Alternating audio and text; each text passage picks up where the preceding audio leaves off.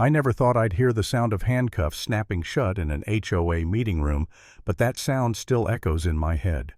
1 second she was standing at the podium, calm and confident, talking about community benefits, and the next she was being led past me in cuffs, her face pale, her authority gone. And all I could think was, this: if I hadn't locked my gate when I did, my lake would already belong to someone else. I didn't move out here because I wanted attention.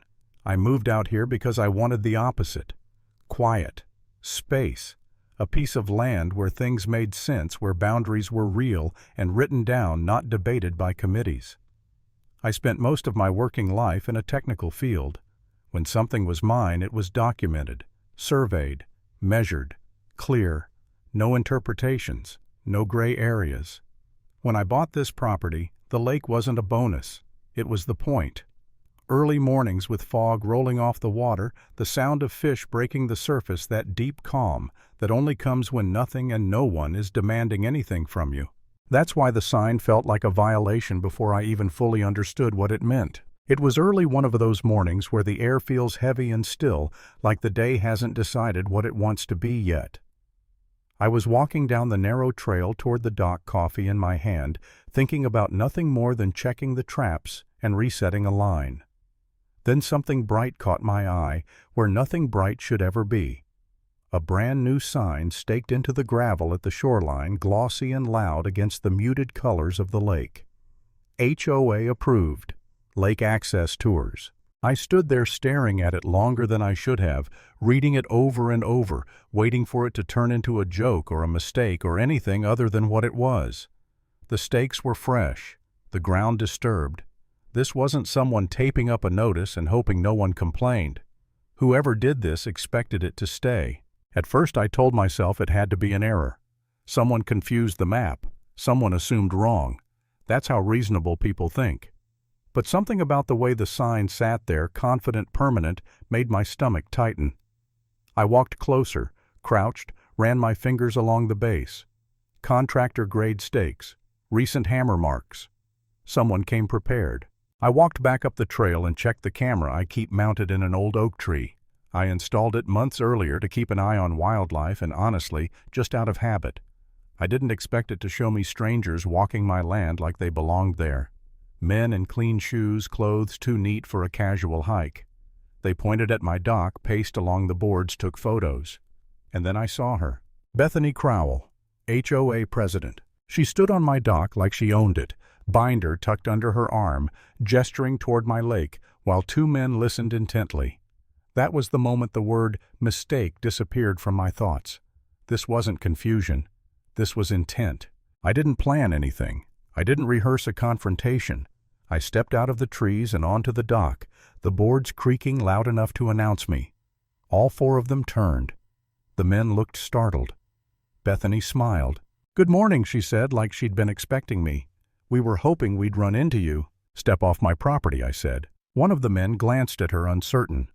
"Ma'am, is this the lake you mentioned we'd have access to?" "You have access to nothing," I said before she could answer.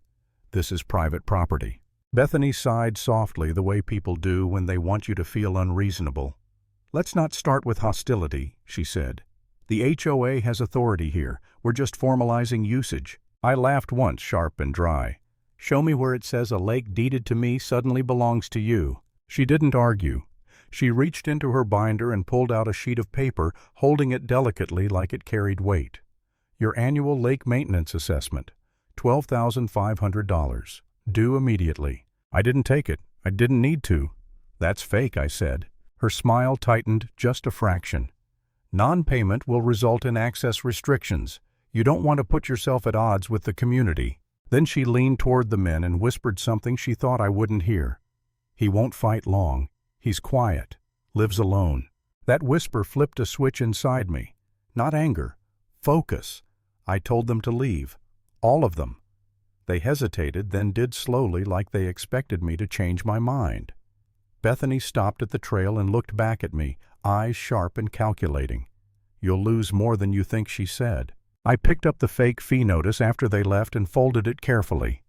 Evidence. That night I replayed the camera footage over and over. More tours, more measuring. contractors marking the shoreline with flags. This wasn't a one-off, it was a plan. The next morning I found the brochure near the water, damp with dew but still readable. Glossy photos of my lake, marketing language promising future access, a line about accepting deposits, and at the bottom a name I didn't recognize, Pine Ridge Lakeshore, LLC. That was when the doubt crept in. I spread everything across my kitchen table, deed survey brochure, the fake assessment, and stared at it until the room felt smaller. I asked myself questions I didn't want answers to. What if I'm the one being unreasonable? What if everyone believes her? What if fighting this costs more than walking away? I remembered another piece of land years ago, another time I trusted that the truth would speak for itself. It didn't. I lost that land because I waited too long. That night I came closer than I want to admit to giving up. Selling. Avoiding the fight. Peace has a price and conflict can cost more.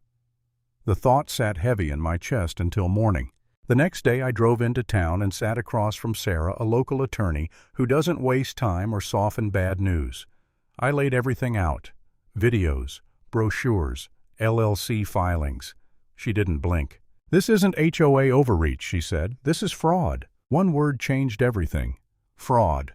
Not misunderstanding, not gray area. Fraud. She told me not to confront Bethany again, not to remove the sign, to document everything. People like her, she said, don't stop once they think they're winning.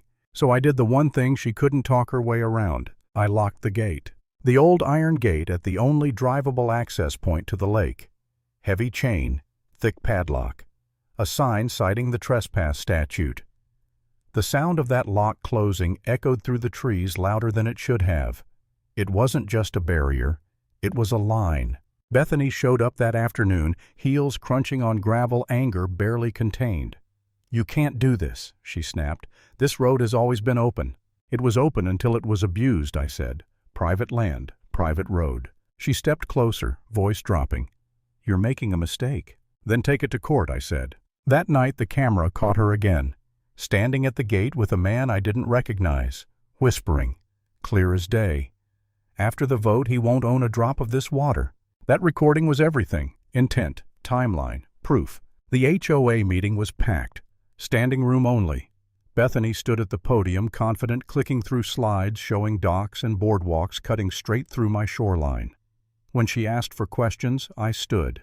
"Who authorized you to sell land you don't own?" Silence. I walked to the front and laid everything out. Deed, survey, brochure, LLC, video, audio. When her recorded threat played through the speakers, the room went dead quiet. The sheriff stepped forward. No one defended her. No one met her eyes. The handcuffs came out. Metal on metal, final. As she was led past me, she didn't look angry. She looked shocked, like someone who truly believed power would protect her forever.